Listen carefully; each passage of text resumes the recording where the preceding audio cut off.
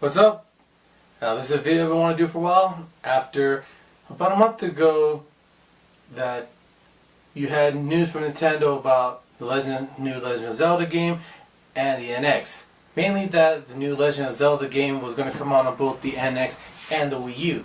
So I wanted to do this video back then, but stuff just kept coming up and I wanted to do a couple of top 10 before I did this.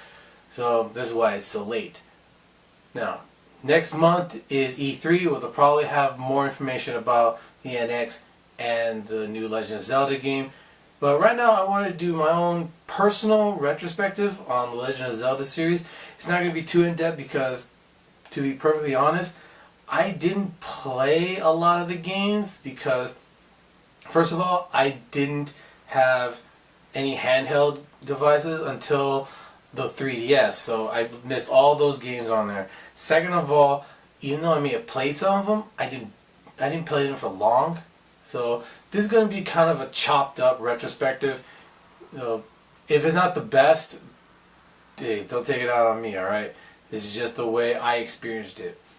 So first is the NES games, Legend of Zelda and Zelda 2, The Adventures of Link. Now, I rented both of these when I was very young, and you know what, I didn't know about saving, and these were kind of long games, and I didn't really know how to navigate the game all that well, and so it was definitely one of those games you had to buy and own to really get to know, and even buy like the Nintendo Power magazines, and since I never did, I didn't really play a lot of Zelda on the NES. So even though they were kind of fun, it was just too confusing for me as a kid, and because I only rented it, I didn't have time to really delve into the story and to the gameplay. So I hear they're really good. I don't think I'll go back and play them, to be honest. Now, the Super Nintendo games, I never played them because I never owned a Super Nintendo.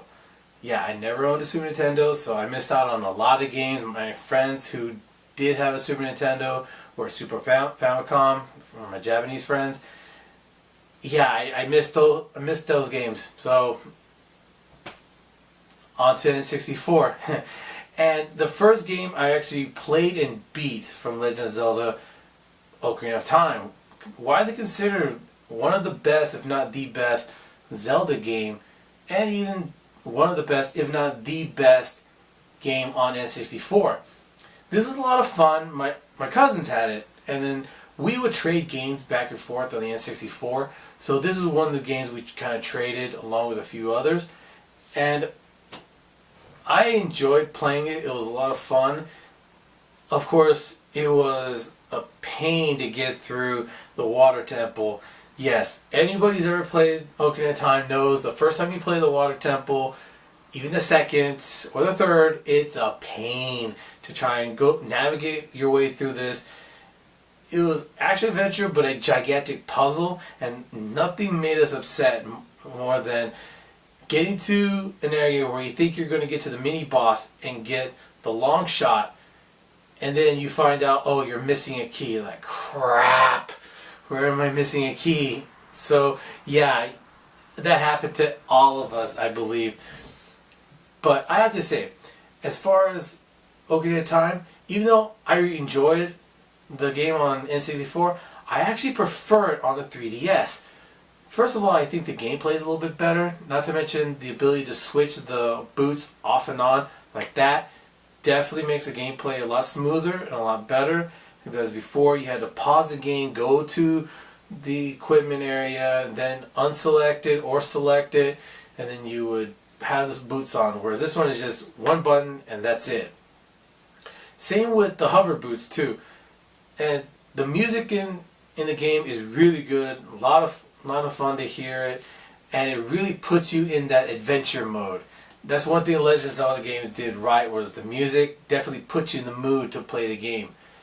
Now, after Ocarina of Time came Majora's Mask. Now, my brother and I tried to play it. We borrowed it from a cousin. He couldn't really get into it either. The thing was that it was a game that you had to play for quite a long time before you could even save it for the first time. because it went on 3 days that kept on repeating. And it wasn't until you got through the first 3 days, when you didn't really know what was going on and you're trying to figure things out, that you could actually save it for the first time. And so I don't know if we just got bored with it or we just couldn't keep up with trying to beat one giant level before we could save it, but we just gave up. And I know a lot of people would probably say, "Oh, it's good. You should check it out. You should give it another chance." But I don't know. It didn't really speak to me, I guess. Especially when you consider it the opener. You had Link, after he had defeated Ganon, getting his ass kicked by a new villain. And then he had to relearn everything. Not to mention, I always preferred adult Link to Kid Link, and you play only as Kid Link in Majora's Mask, except for when you put on different masks and become different characters. So, yeah. Yeah, what can I say? Then came the GameCube.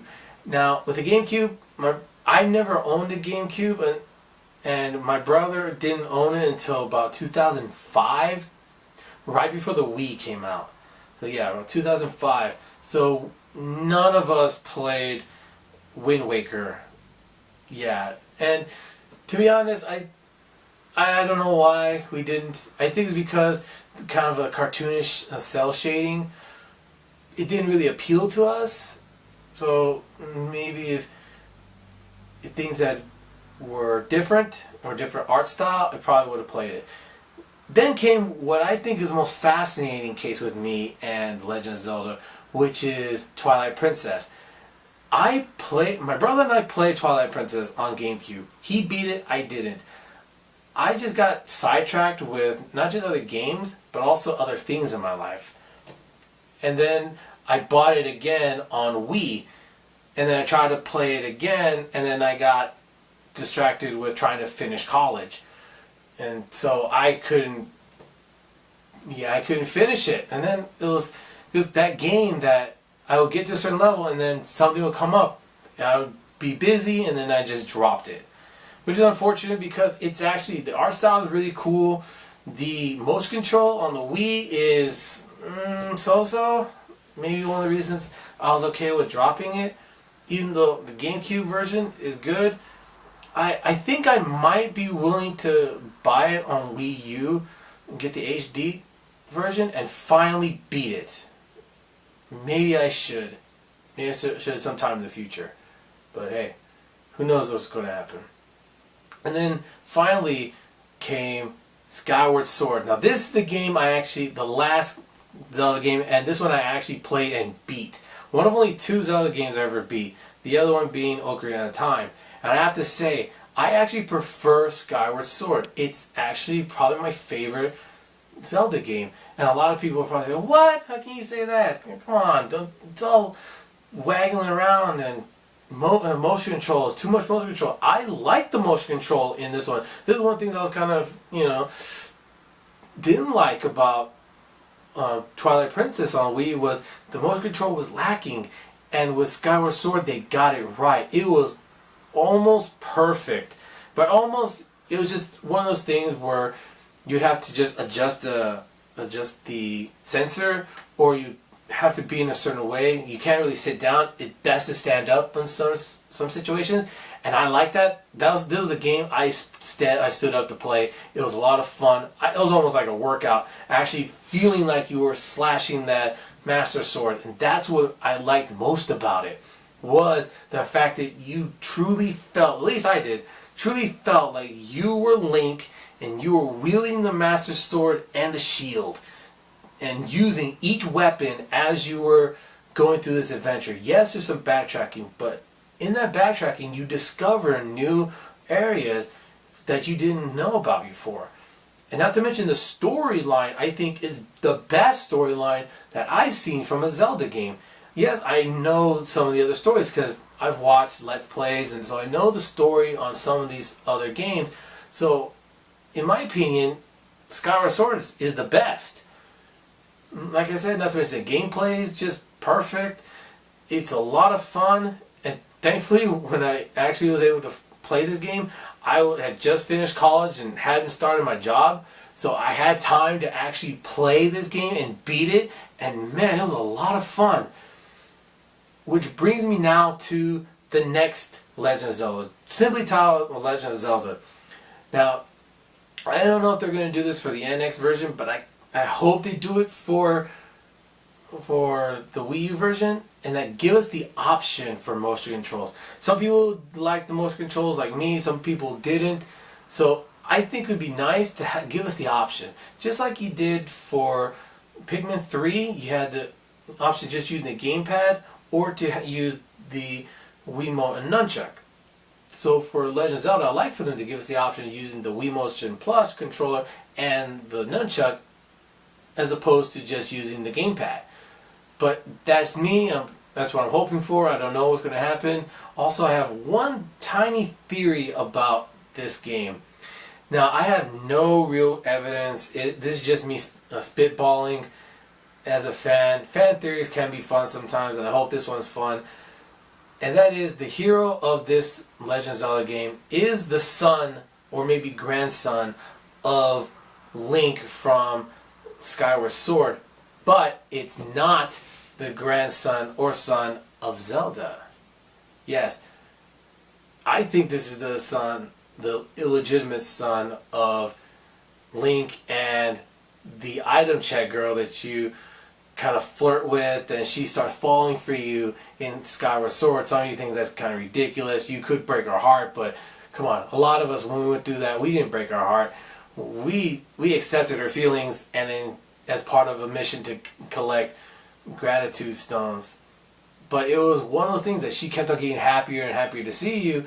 And, you know, Link may be here, but he's not perfect. So there's maybe the idea that while Zelda was down on Earth, I guess we want to call it Earth, and Link was up in Skyloft, he might have done a little sky seeing, if you know what I mean.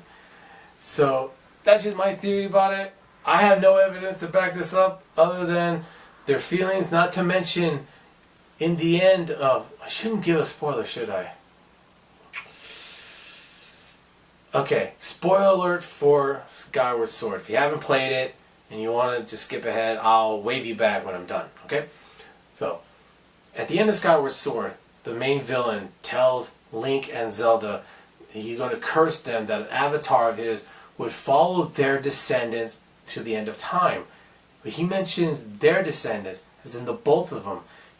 Not just one or the other, but both of them. So that you could have two different family trees here, because Link fosters an illegitimate child. Not to mention, in every other Zelda game, Zelda and Link do not really know each other. So a lot of them, they don't know each other at all. So what's the connection here between those two heroes, or the two main characters? It's the fact that Zelda is the mother of one, and there's an illegitimate child in the other one. Just my own little theory, just having fun here. So if you want to come back, come back. Alright, so that's all I've got. The next video will probably be a bit of a political commentary, something that needs to be said, and something I need to say to get off my chest. But until then, what's your favorite Legend of Zelda game? What do you want to see in the new Legend of Zelda coming out on Wii U and NX? So, until then, later.